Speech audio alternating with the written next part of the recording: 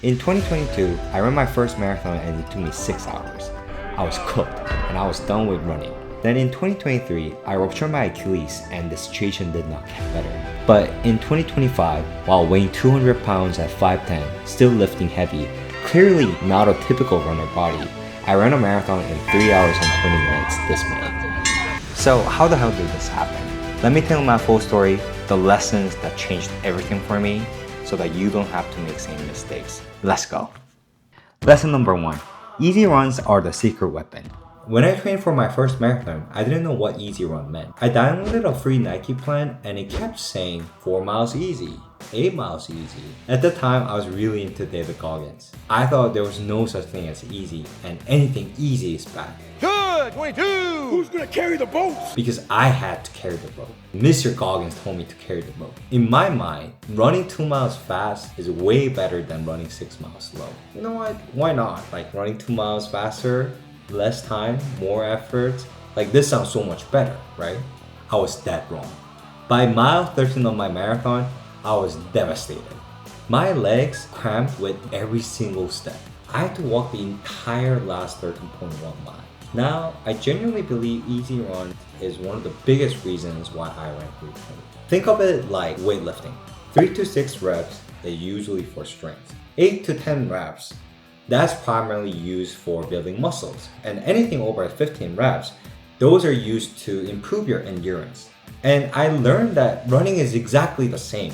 Every speed has purpose. Running slow, running medium pace, running fast, and it has different impacts on your body.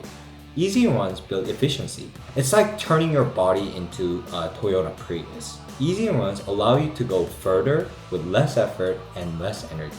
And yes, if you watch other YouTube videos, there are ways to gauge whether your runs are easy or not. But for me personally, what worked the best was listening to audiobooks. If I'm not understanding what an audiobook is saying, the chances are I'm going too fast. So I use audiobook to gauge whether I'm going too fast or not.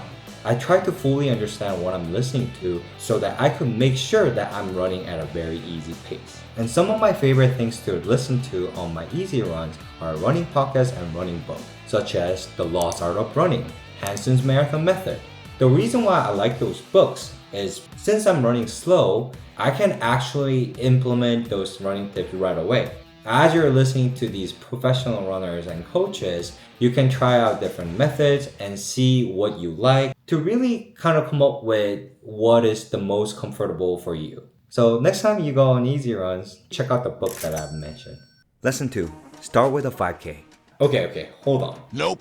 Before you get mad at me for encouraging you to do 5K instead of marathon, hear me out. After my Achilles tear, I couldn't even jog a mile properly. So at that moment, running a marathon felt impossible. So in 2024, I focused entirely on running a 5K. I get it. The distance doesn't sound as cool as marathon. 5K training has everything. Long runs, easy runs, intervals. It's like a sneak peek into marathon training because it lets you taste a little bit of everything. The most underrated benefit of 5K training is that it builds courage. When you're training for 5K, you're most likely always running so much faster than you will be running in marathon training. So when you actually get to marathon training, you'll be like, oh wait, I've run much faster before. I know I can do this speed. In 2024, by focusing on 5K, it gave me a really strong, solid foundation. When I transitioned to marathon training the next year, I didn't just feel ready, I felt confident. Lesson 3. Floss your body.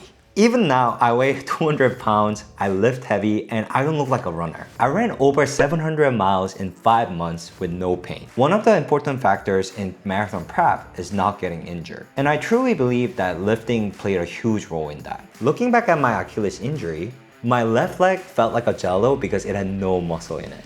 That's when it hit me. Our body is so smart. When one area is weak, it shifts pressure to other parts of your body.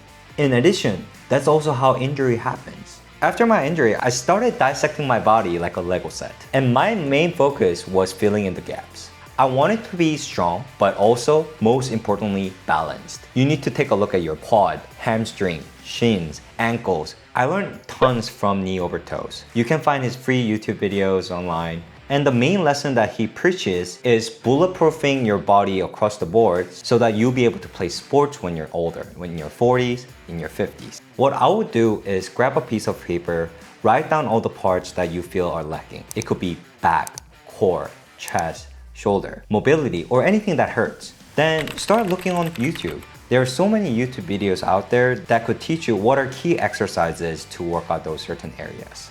Try to lift twice a week, or even just once, to make sure to fill in those gaps. The real key to marathon prep is staying healthy from day 1 to race day. Lesson 4, choose the right race. When I chose my first marathon, I barely did any research. I didn't have a great experience because it was lonely, it was quiet the most of the race, but some people might prefer that. Some people would actually prefer the tranquil nature run, but for me, that wasn't it. For my marathon this year, I researched really well. First, I took a look at the location to see whether it's in a major city or not. Second, I took a look at crowd energy.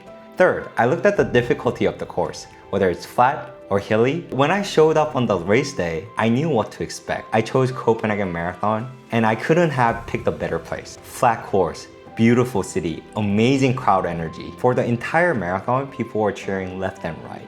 People that I've never met in my life before. So major props to Copenhagen Marathon for giving me an unforgettable experience. From my experience, choosing the right race matters more than you think. It sets the tone for your whole experience. So make sure to do your research and choose the one that's going to motivate you and excite you. Lesson 5, stick to a legit program, don't modify it. This time around, I followed the Hansen's marathon method. It's a really well-known plan. The longest run is only 16 miles, but you run 6 times a week. During my first marathon, I modified a free Nike training plan and I cherry-picked what I liked. This time, I stuck to a plan. The book covers why each runs are set up and why the program is set up in certain ways, and really tried my best to make sure that I followed it up to 100%. There are so many great programs out there backed by science and professional runners. Once you find the one that you like, please commit. Running is brutally honest.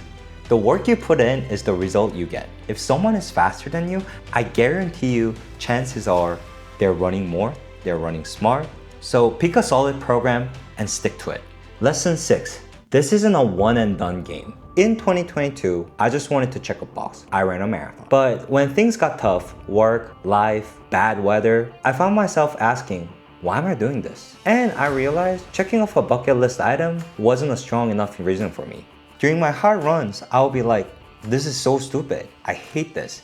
In 2025, I came back with a real goal. I wanted to get in the best shape of my life. I wanted to prove to myself and show it to others that you can bounce back from the biggest injury. At that point, this wasn't just a race. It became a promise to myself, a commitment to becoming better. That mindset shift changed everything. When the training got hard, whether it was raining, whether I had lack of sleep, whether I was busy with work, whether it was cold outside, whether I was there alone, running by myself, I had a strong reason. I'll tell myself, I'm doing this because I want to bounce back stronger and I'm a runner. Even if race day didn't go perfectly, I knew I would be back again. And I think marathon training is about progress. It's the best feeling in the world to feel your body getting stronger. To run a pace that once felt impossible where you were out of breath, to now running that same pace without breaking a sweat, that feeling is crazy addicting. If you feel demotivated and don't want to run, maybe take a step back and think about why you want to do this. To all 280 legends who followed me from the start, thank you so much. To everyone new, welcome to my journey. I'm just getting started.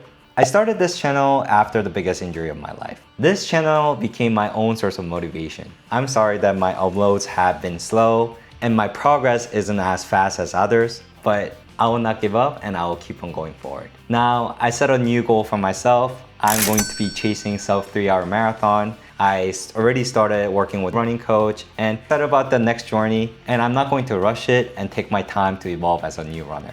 If you're chasing something too, whether it's fitness, tech, or your personal goals, join the community. Let's grow together. I'm right there with you. Lastly, thank you so much, Sally, Alex, and Lena, for coming all the way to Copenhagen, cheering me on, taking photos and videos. I love you all so much. Thank you so much. You three are the best. Love you all.